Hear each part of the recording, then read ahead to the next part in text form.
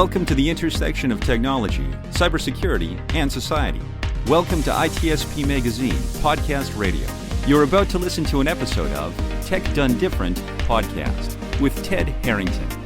Do you follow the pack or challenge the status quo? Join Ted as he explores how to succeed by going against conventional wisdom. You'll hear leaders in technology and security tell stories about how they achieve their success by doing things differently. Knowledge is power. Now, more than ever. CrowdSec, the collaborative and open source cybersecurity solution. Analyze behaviors, respond to attacks, and share signals across the community for free. Let's make the internet safer together. Learn more at crowdsec.net.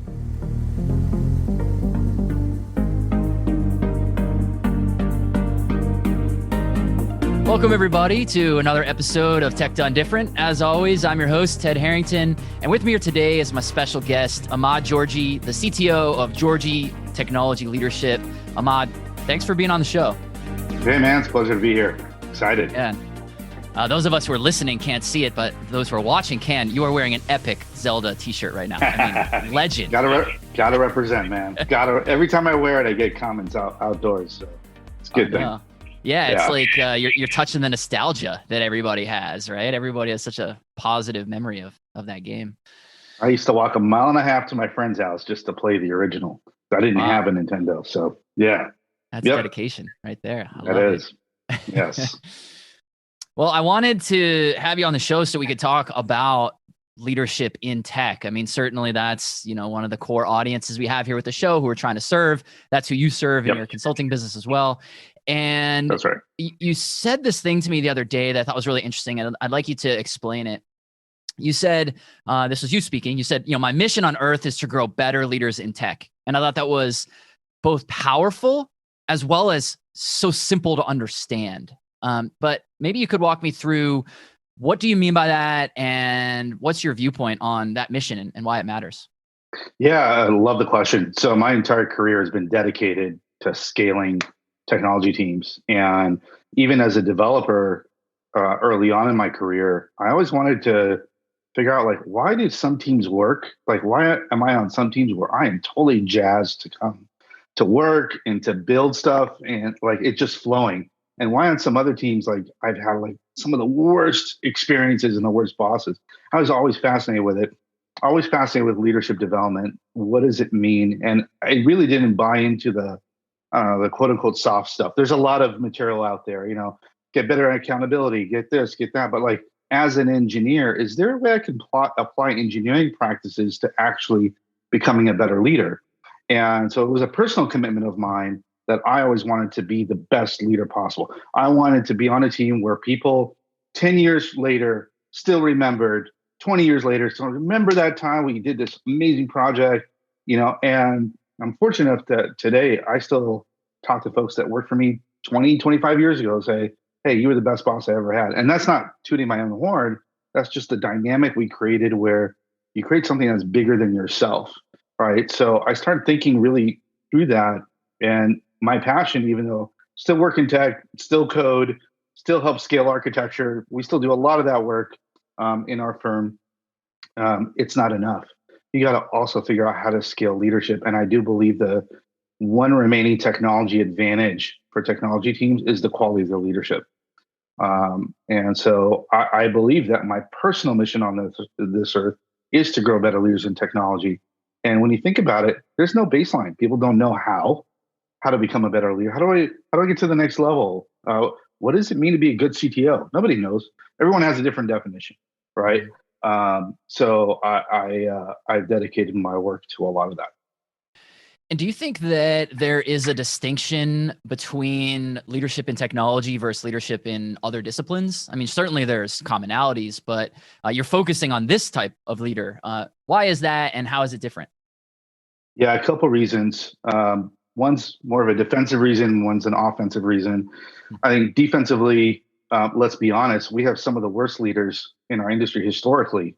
And don't get me wrong, I've worked with great leaders in technology. And the reason why is that we're often not set up for success. I think a lot of non-technical folks will see someone who's really technical, who's excelling at what they do, and their very next thought is that person needs to become a manager. Right. Not everyone's destined to do that. Just because you're technical does not mean you're actually fit to be a leader. And then you get people who, with very good intentions, I mean, who's going to turn down a promotion? With very good intentions, step into that leadership role, and to use a technical term, right? It's like, okay, like I have no idea what I'm doing now. I'm in this totally different space. So I think you apply that, exponentially across the industry. Now you have a whole group of leaders. When our firm is brought in often to clean up the work of some leader that went off on some project, and now there's all this technical debt built up, and they don't know what to do, and the leaders got this notoriety. So I think defensively, we have to recognize as an industry, and I've done it before too in my career. Like you promote somebody because they're the best technical voice in the room, and then it's like, no, that didn't work. So that's the defensive reason, and so I think all these leaders now need help, and they need help on how to properly scale their leadership.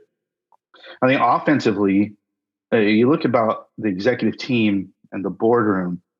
Never has there been a time more than now where these groups need a technical voice that is a leader in the room. And what I mean by that practically is, as engineers, we're really passionate about getting to root cause and, debugging, right? And putting that breakpoint in and following the code and execution path through and figuring out exactly what's going on so we can resolve that issue. The leadership community in general in business, they lack that skill set. Everyone's in meetings, everyone's busy. So you kind of take people's word for it, or you look at a PowerPoint slide and go, okay, that's the problem. Let's go after it. Let's spend millions of dollars and you'll figure that out. What the leadership community needs, the executive community needs, is a leader at the table who's excelling in that technical root cause analysis. Someone that can say, wait, guys, how do we know that's the right problem? Let's dig into it a little bit more, right? And that's an engineering practice that technology leaders can bring to the table. Oftentimes we tell technology leaders, okay, you can't be technical anymore. Be more people focused. I don't coach people that way. I say, if you're technical, stay that way, because we need a technical voice. As long as you can apply it the right way, you need that. And other executives who have been in business for years, they can learn from that. And you have a unique voice and a role to play there. Yeah, so I want to dig into this idea that I've seen play out myself many, many, many times. This idea that, the person who's like the best player on the team becomes the leader because they're the best player in the team. I mean, like that goes back to high school, right? That's literally how the captain of the team was voted, right? And now here are in the workplace, and even people who aren't athletes follow that sort of same model. But what's really interesting, if I break apart what I'm hearing you say, it sounds like there's sort of two parts to that challenge. So one is, how do we develop leaders? And the other is, how do we make sure that people who are on a technical non-leadership path, how do we help them see a career path when it's not clear, when the obvious next step is, well, if I want to get promoted, make more money, take the next rung, whatever it is, that means leadership, when it might be something else. So how do we resolve those two sides to the problem? All right, that's a lot to unpack. So I think the first thing you asked is, how do we grow leaders, right? Mm-hmm. And there needs to be a very specific methodology and path where you can track progress. This whole concept of you are here on the map, nobody knows where they are in their career in technology. At least the majority of the people that I work with. And part of that is because these career paths have been defined by HR organizations that are not technical. And so for the companies that actually do have a career path, which a lot of companies don't have that, but for the companies that do have it, it's typically a very formal definition defined by HR, maybe in collaboration with technology, maybe not. And then you got to follow the boxes somehow, right? And what we lack is an industry standard methodology on what it means to grow as a technology leader. So rather than saying, hey, to go from manager to director, you need to increase how you hold the teams accountable. Okay, what does that mean? I don't know what to do there. What do I do with that? How do I change my behavior tomorrow? Versus saying something like, hey, if you're a director in a code review, increased accountability looks like this. this is what you would do. And that's very specific, right? So at Georgia Technology Leadership, we actually built a methodology just like that, where we can say, you are here, here are the behaviors of the next level. How do we now get you there? What are those specific gaps? And that's a way to measure progress, because whether you use our methodology or anything else, you have to have a baseline. Otherwise, it's just someone's opinion, or very often I see a time-based promise, which, by the way, never works. Someone tells you, oh, yeah, in 6 months, we'll get you there. Right. Red flag, right? So I think that the concept of growth, you look at the concept of growth in the entire world, there's a science to growth. There's a very deliberate path and progression, plants, trees, animals, everything. So why not for leadership, right? So what is that science to growth? Well, that's exactly what I'm talking about, is you have to have a methodology and a path, like breaking down the actual components. What does it mean to be a good technology leader at every level? And then breaking those components into, and I'm happy to talk through some of those details, into actual behaviors day to day that we would see. Like someone says, okay, well, you need to have a sense of ownership. Okay, that's a great value. But what does that actually mean? Like, how does ownership play out when there's an incident? What, as a CTO, what would that look like? How does that play out? And so teaching people the behaviors that are necessary to actually go to that level. So what do we think is the right way to help communicate this? And selfishly, at our organization, we're thinking through how to do this as well. So I'm like scribbling notes, like, what should I go do back in my organization? But we're really interested in this idea of career pathing and making it really clear to people what is their next rung. And what's really interesting is I look across our organization, some departments, the career path is much more clear than others. And so we're trying to make it more clear, across the board. And so one of the things that I struggle with is thinking about, how do I, for each person, help communicate to them that next step, and then what the step after that looks like. So what's the method? Are you like, should we be writing down, here's what the job description is of the next job that you're going to earn your way into, or is it something different, or how do you go about doing that? Well, first you need a couple of, it's like a federated model, right? So you need a core that's very standard. So first of all, is it very clear what the common values of a leader in your organization are, period, whatever level you are, right? And so with each level, what's the standard core? So with each level, we look at what are the standard values, and I've mapped what they are, right? And then with each value set, what are the behaviors expected within each value? And within each behavior set, how do I operationalize that? How do I make it living and breathing every day? I'll give you an end-to-end example, right? So common leadership values. For us in our organization, the number one value is ownership, which is, hey, I expect that you're going to be accountable, not just for your work, for your team's work, the entire company. Like, you don't get to be a fan in the stands. We're always on the court playing the game. We're all on the same team. If somebody fails, you don't get an opportunity to point the finger and go, I can't believe that shot that Ted took. Can you believe, what is he doing? You don't get to do that when you have this value of ownership. There are certain behaviors that play out as a result. But the way we operationalize that, one way we do tactically, and I do this with my clients too, is at the end of every retro, we just do a very quick fist of five, and we rate the leader against the value. So we say, hey, how did Ted do against ownership this last sprint? Ready? 1, 2, 3, go. 5, 4, 3, whatever, right? And it's nothing that goes into a performance review, but everyone knows it's a feedback loop, and it makes it living and breathing. It takes the values off the wall and off the poster and off the email into something that's living and breathing, where the leader knows, hey, every retro, I'm going to get rated. The team knows that, so they know that we actually live and breathe servant leadership, and we take this very seriously. So I'm just giving you an example of, like, here's how it play out, and then here's how we make it real on a day-to-day basis. Yeah, I like that real-time sort of and maybe less formalized feedback loop, right? It's not the anxiety that might go into periodic review or whatever. Yeah, that's powerful stuff. And one of the things I've noticed too, I'm curious to your thought on how this plays out. But I've seen in our organization and in other organizations too, when there's a high performing leader and there's feedback sought for that high performing leader, and people are generally happy, and they're like, you did a great job. Or, Yep. well, basically, let's paint that as a scenario. You did a great job. But that leader still needs to keep growing. And one of the things I've seen that people do to overcome that, like, you did a great job and thus there's no feedback, is to say something like, it sounds like you measured on a scale of 5. So, hey, if I'm a 4, there's no improvement you're suggesting. What would it take for me to get to be a 5? Is that part of what you think it requires in order to have an effective feedback loop? Absolutely. You want to know what it's going to take to get to the next level. And sometimes it's a balancing act. Ed. It's like, is it really worth it to get to the 5? Like, am I at the point of diminishing returns? For a leader that's really good, like I'm working with one right now, he's doing a great job, right? But he keeps asking, hey, how do I get to a 5? How do I get to a 5? Instead of, maybe what's my next growth path? Maybe it's time not to get to the 5. Maybe it's time to get to CTO. Maybe that's his next path, right? Mm-hmm. So I think it depends on what the question is, where they're placed. And part of it is, as a leader, are you doing the work to know your people very well?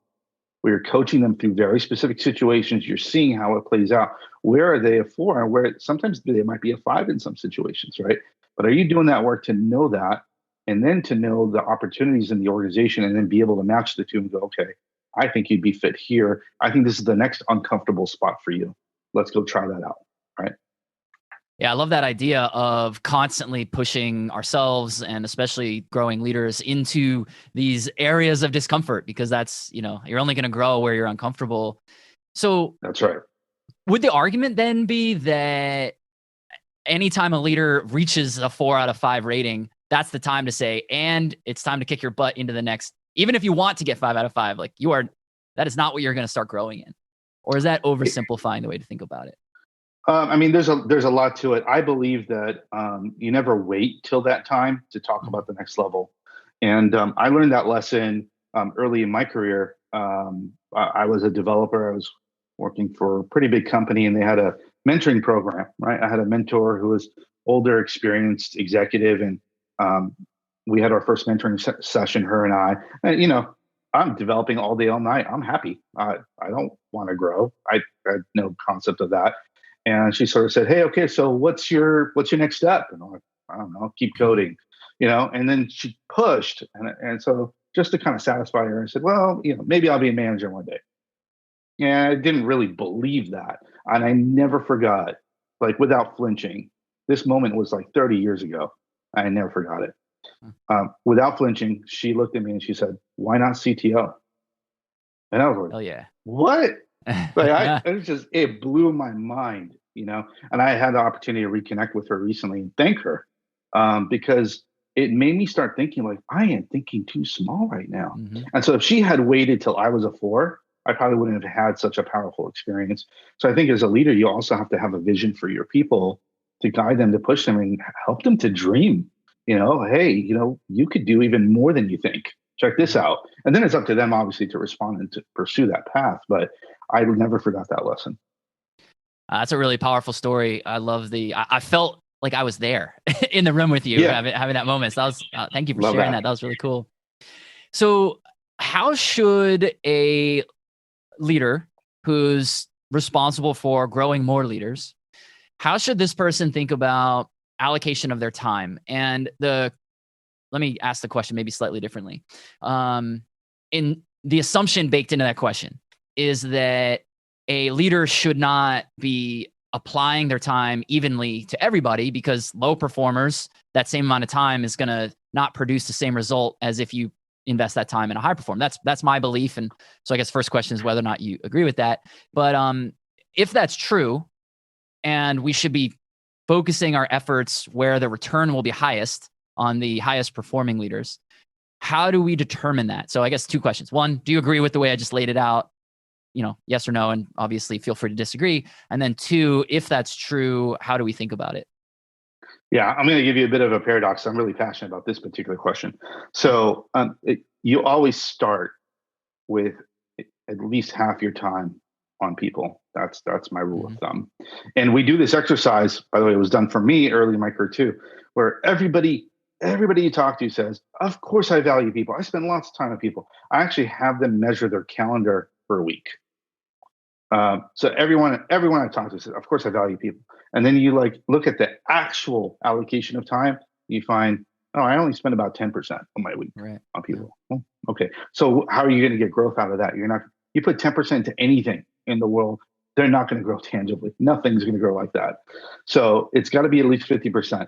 And then you've got to adjust. If, like you said, you have a non-performer who continues to show that, then you can start to adjust that time over time. But I think the paradox here is that I always believe that when you invest in that, you're not going to the next performance review. You're building a lifestyle and a flow of leadership growth. That's your responsibility. Not, hey, how do I get them to the next level? How do I get through that? Wrote the performance review, got through that. Dug up some examples. Okay, on to next year. Your responsibility is to uncover what I call the hidden gems in a company.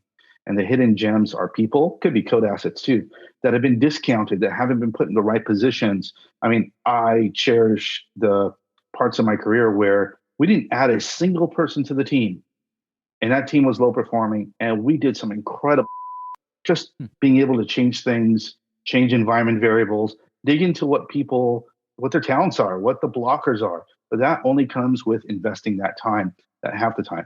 On the flip side, everyone I've ever fired, I should have fired 3 months earlier. Yeah. So, so you'll have this kind of paradox, but you don't know that until you actually invest the time. So I do think that you've got to invest at least half the time into your team. Yeah, that's a really good benchmark for people to think about, because I bet you probably most people listening to this are like, hey, I know I totally invest time in people, and then think about, like you said, well, what's on your calendar? And I think even the most people-oriented leaders probably don't even come close to that number. Well, I learned a lesson similar to what you just described several years ago. And what I tried to do then as a result, I was like, I know that what's not going to be possible for me is just, hey, I have an extra 30 minutes right now. Let me go pop into someone's office, because those extra 30 minutes don't exist. And That's so right. what I tried to start doing is scheduling these recurring meetings with people. And when that's implemented effectively, I found it to be really effective, because now I find it every time I walk into this meeting and we're like, do we need to talk today? And then by the end of it, you're like, oh my God, I'm so glad we talked today. And yes. I found that to be an effective structure. Is that one of the things that you recommend? Absolutely. And I'll give you a couple of tips. Like, one thing I started doing as a shortcut is actually color coding my calendar. And this works wonders for people too.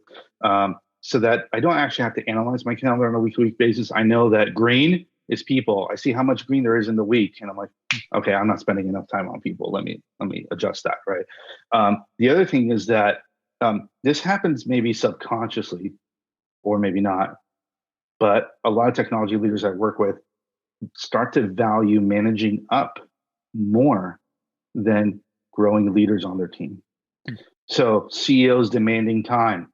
You gotta, put in a progress report or something. Like, what do? You apologize to your team, like, hey, I gotta reschedule this one-on-one. I'm so sorry. Like, CEO's calling. And so the messaging behind that is hierarchy is more important than you. Managing up is more important than you. And one of the things I coach leaders on, and I live as well, there is nothing more important than the time with your team. And you've got to have courage as a leader to set that tone.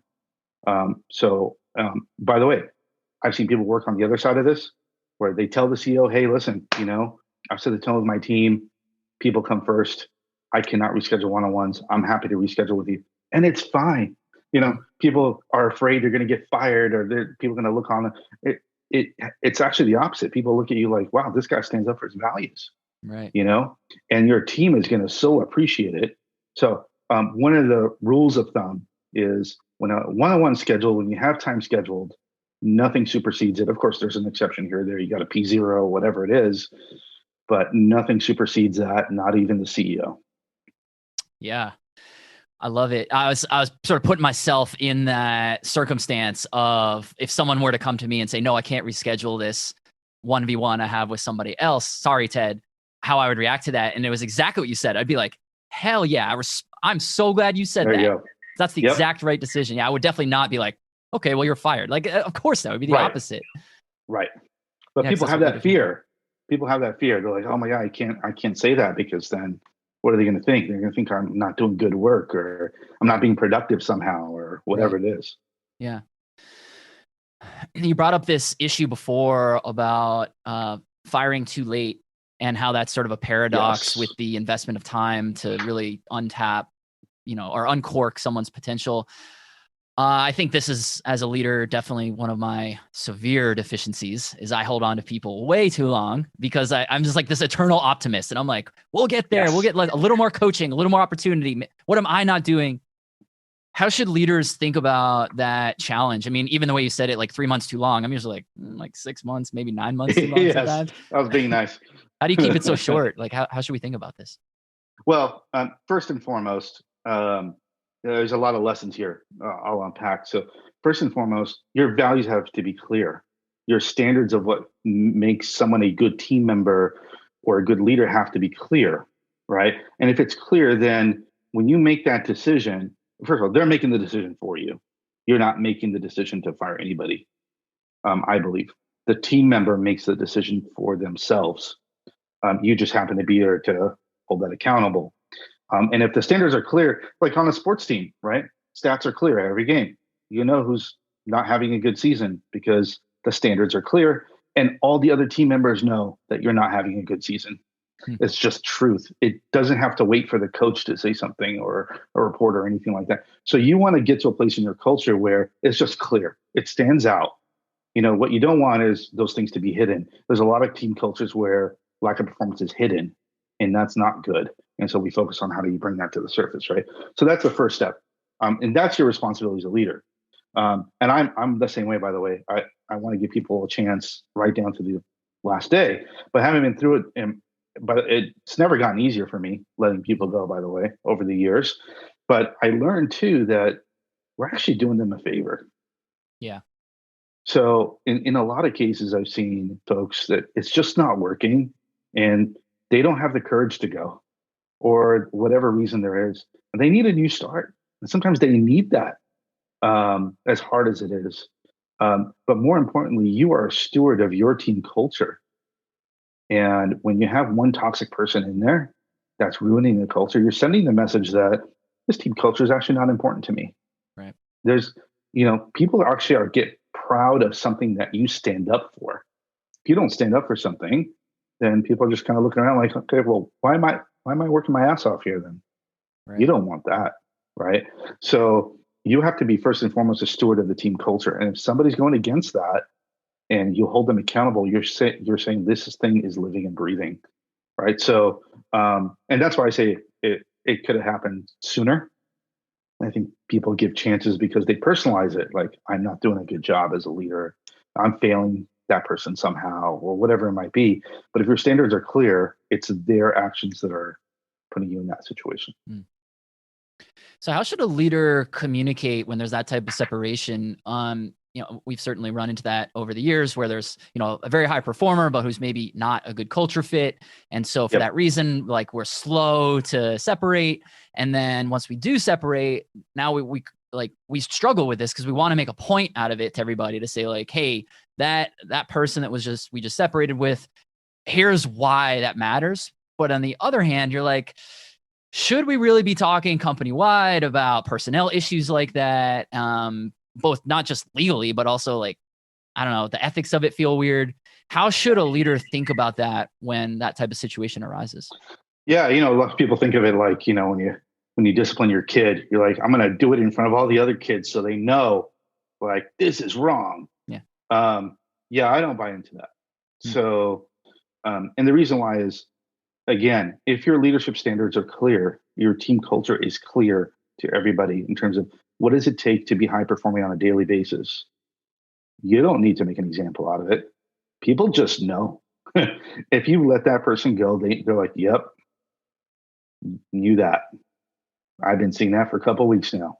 Yeah. So the reason why you have to make an example out of it is because the values are not clear. They're not living and breathing. They haven't done the work to do that.